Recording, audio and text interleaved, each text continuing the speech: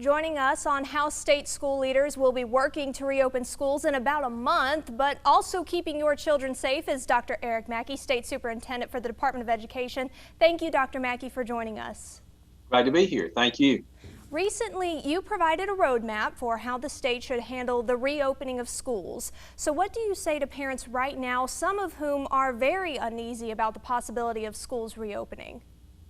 Absolutely. So we provided really what's a foundation for local school districts to build upon what looks best for their community. And of course, the spread looks different in different parts of the state, and different families have particular needs and values and medical conditions too.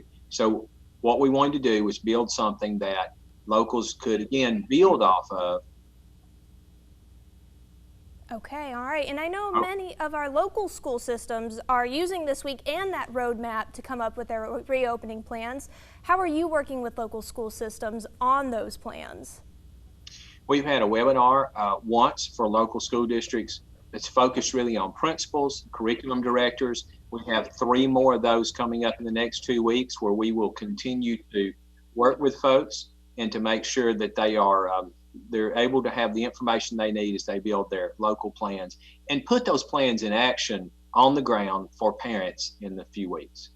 Just out of curiosity, have our local superintendents here in the Wiregrass reached out to your office about receiving additional guidance? Absolutely. We've talked to superintendents all across the state, including the Wiregrass, where folks are wanting us to ask clarifying questions.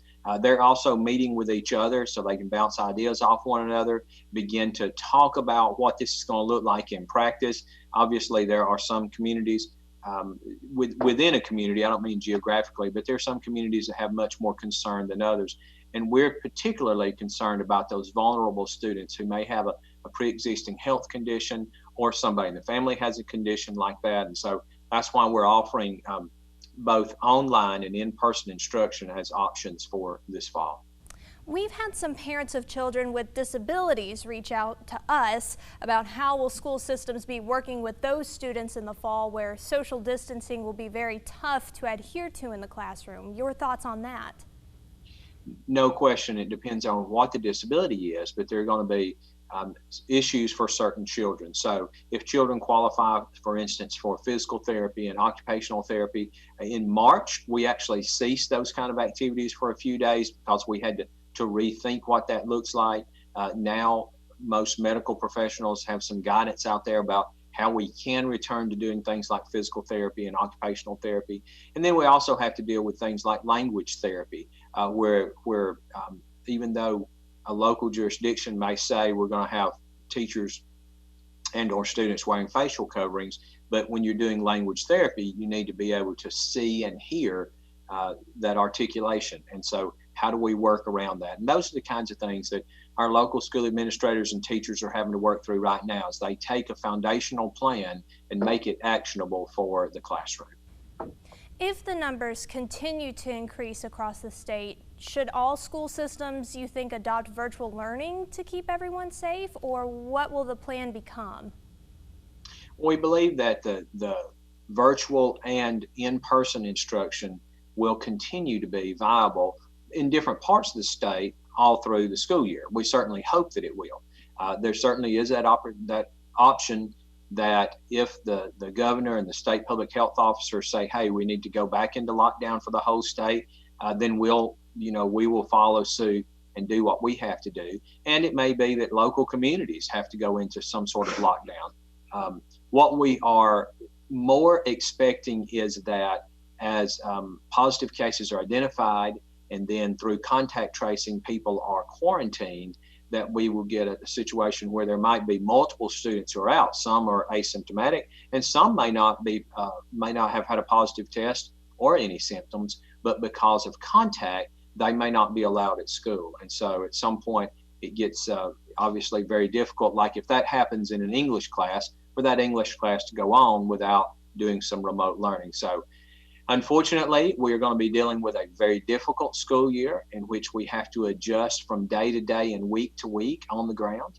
And that's what we're getting prepared to do as we support our local superintendents and principals and teachers in that work. It sounds like it's going to be a very case-by-case, looking at each individual school, each individual situation to determine what's best. Is that pretty much summing it up? Absolutely. That is a great summary because there's no one size fits all for this. I continue to meet with my colleagues across the United States, and everybody is dealing with the same issues. Of course, Alabama right now has more cases, or percentage-wise, our cases are growing faster than many of the other states.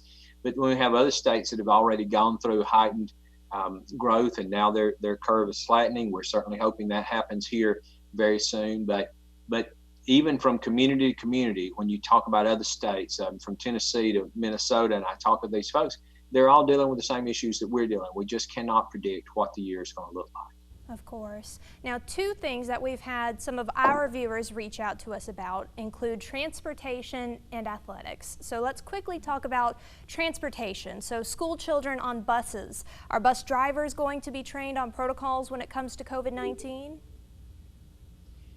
Transportation is one of those things that's going to be a challenge throughout the year, whether it's transportation to and from school, or to and from career tech centers, or to and from sports and those kind of things. So we are continuing to work to try to figure out what are the very best cleaning protocols for school buses and the very best distancing protocols for school buses that are also practical. So we know that some of the things, as we talked to CDC, and they recommended that in very high spread areas, we might consider reducing capacity on school buses to about 1/3 or 1/4 their normal capacity. If we did that, we just would not be able to get all of our students to and from school on a daily basis. So again, having to work with local superintendents to do what is the very best we can do for our students, but still be practical enough that we can get folks back and forth to school. All right, finally, Dr. Mackey, this is the last one, but it is a big one. I'm sure you're working closely with the Alabama High School Athletic Association. What's your thoughts on football games this fall? I know that's a big part of schools here in Alabama. Yeah, football is a big one, and we are getting a lot of questions about it. Obviously, there are other sports like volleyball that we'll also be dealing with this fall, and then even the basketball season within about 4 months from now. We are looking at football. It is possible that football games are going to look different, at least for fans. We're also looking at what other states are doing. As you probably know, Tennessee has announced a delay in the start of football season. I know that other states around us in the Southeast are looking at those delays. We continue to work on a regular basis, at least every couple of days, on having conversations with the Alabama High School Athletic Association about what it will look like here in Alabama this fall. State Superintendent for the Department of Education, Dr. Eric Mackey, thank you. I know you're working hard, you and your team and the superintendents across the state. So thank you for your time speaking with us this morning. Thank you. Take care.